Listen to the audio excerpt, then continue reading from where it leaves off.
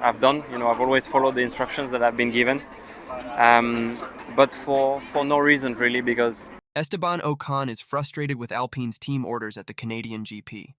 In the final laps of the race, he was instructed to let Pierre Gasly pass, which he described as a very sad situation. This all happened after the race started on a wet track and gradually dried up, causing the drivers' strategies to diverge. Gasly was the first to risk switching to slick tires, gaining pace.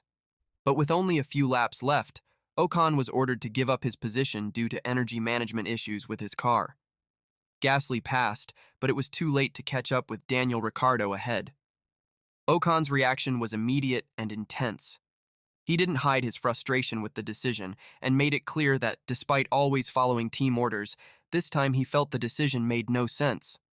On the other hand, Gasly focused on the positives, preferring to celebrate the points the team earned.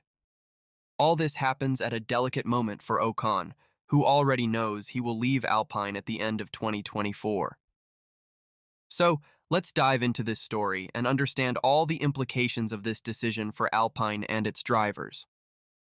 Let's start with the decision that caused all this controversy at Alpine.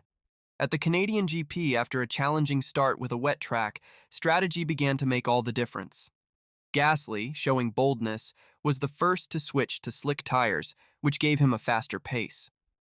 In the final moments of the race, Alpine was in an interesting position. Both cars were in the points, something unexpected initially. That's when the controversial order came. Ocon should let Gasly pass.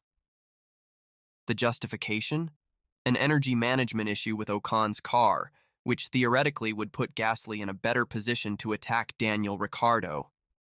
This decision impacted not only the race, but also the team's morale.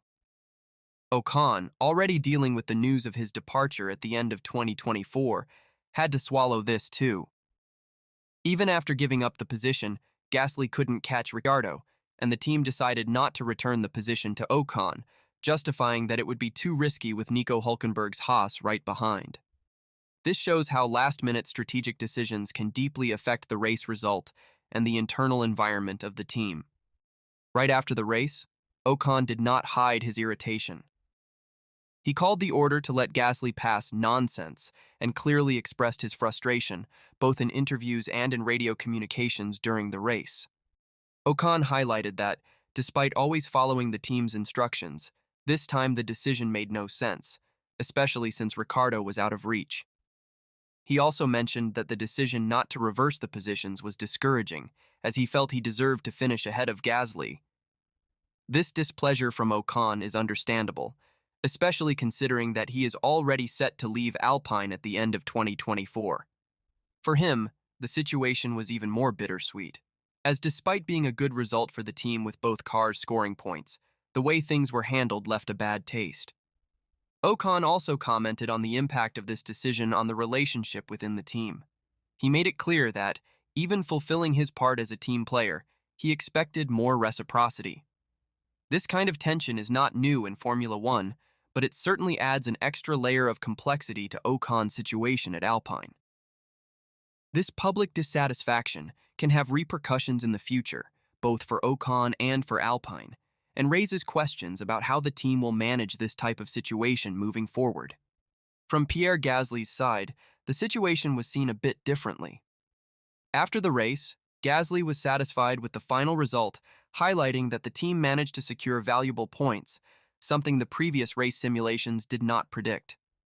He preferred to focus on the positive aspects, mentioning the importance of scoring with both cars for the first time this season.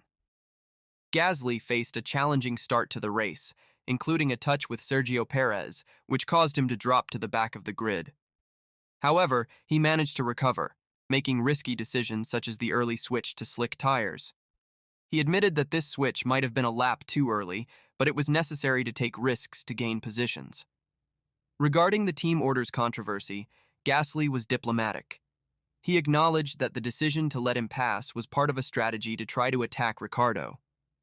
Although the plan did not work as expected, Gasly highlighted the importance of teamwork and preferred not to focus too much on the conflict, focusing instead on the points gained. This positive attitude from Gasly contrasts with Ocon's frustration, but also reveals the difference in perspectives between the drivers. While Ocon feels wronged and undervalued, Gasly is more concerned with the team's overall results. This difference in attitude could influence Alpine's internal dynamics in the upcoming races. With these different views from the drivers, Alpine will have to find a way to balance the needs and expectations of both to avoid future conflicts. The strategic decisions made at the Canadian GP have significant implications for Alpine, both in the short and long term.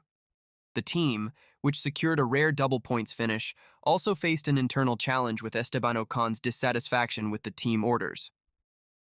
This situation highlights one of the biggest dilemmas in Formula One: balancing race strategy with team harmony.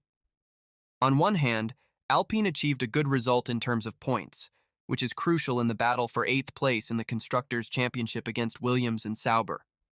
On the other hand, Ocon's dissatisfaction could harm the work environment and the driver's motivation. The relationship between Ocon and Gasly was already under pressure, and this decision may have deepened the rift between the two. Ocon, who is leaving at the end of 2024, might feel that he is not receiving the same level of support and consideration from the team, which could affect his performance in upcoming races. For Alpine, this represents a management challenge. The team needs to ensure that team orders are seen as fair and based on clear strategic reasons while keeping the driver's morale high. Failing to do so risks creating a toxic work environment, which could affect future results. Additionally, the team should consider how this situation could influence negotiations and dynamics with future drivers. A team that fails to manage its drivers well may struggle to attract top talent in the future. Alpine has to navigate this situation carefully, balancing the short-term need to score points with the long-term implications for team morale and cohesion. With the Spanish GP approaching, all eyes are on how Alpine will manage this internal tension. Ocon, already dissatisfied, might adopt a more aggressive stance in the races, seeking to showcase his skills and ensure he is on the radar of other teams for 2025. This could result in a more competitive and potentially riskier approach in the upcoming races. Will Alpine be able to maintain peace between Ocon and Gasly and keep scoring points in the upcoming races? Only time will tell, but one thing is for sure: the 2024 season is just starting to heat up.